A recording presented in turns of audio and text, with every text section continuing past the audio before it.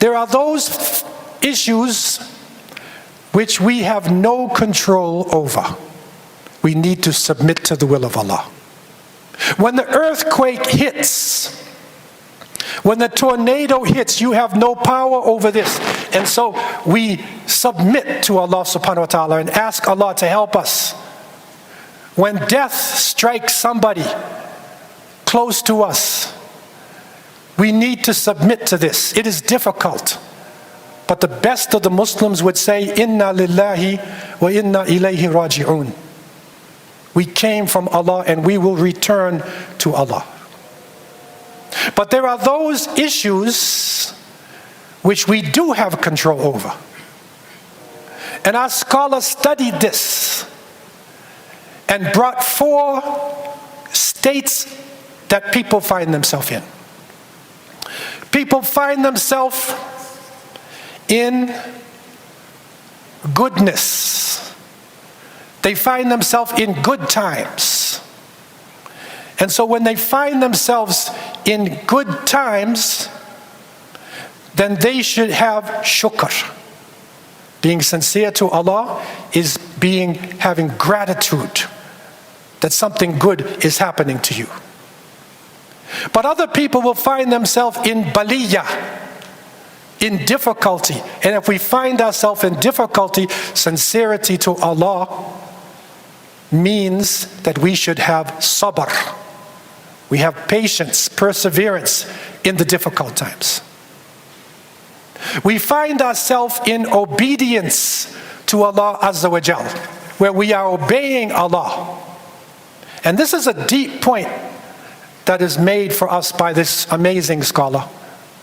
And he said, if you find yourself in ta'ah, if you find yourself obeying Allah, if you find yourself in Jummah, you have wudu, you are making Hajj or Umrah, then you should recognize Allah's blessing on you, because He allowed you to be in a state of obedience. And that's an amazing thing today in this world, where there are so many people who are disobedient to Allah. But if a Muslim finds himself in ma'siyah, he finds himself in sin, then sincerity to Allah is tawbah. It is repentance. And that repentance is not just a word, tawbah, tawbah. It's not just a word. It begins by recognizing the sin that we have done. If we had done something wrong, recognize it, turn to Allah and ask for forgiveness. That's not enough. We have to make the intention never to return to the sin. Number 3, that sin might have hurt somebody. And so there is something called radd al-madhalim. That is compensation. You compensate the people. And that's something that all of humanity needs to learn about. The government of Canada here made a declaration saying they were sorry for what happened to the indigenous people. The governments in Europe recently made a declaration that they are sorry to African people because of the slave trade. That's not enough. Radd al-madhalim is reparations. That means you need to compensate the people.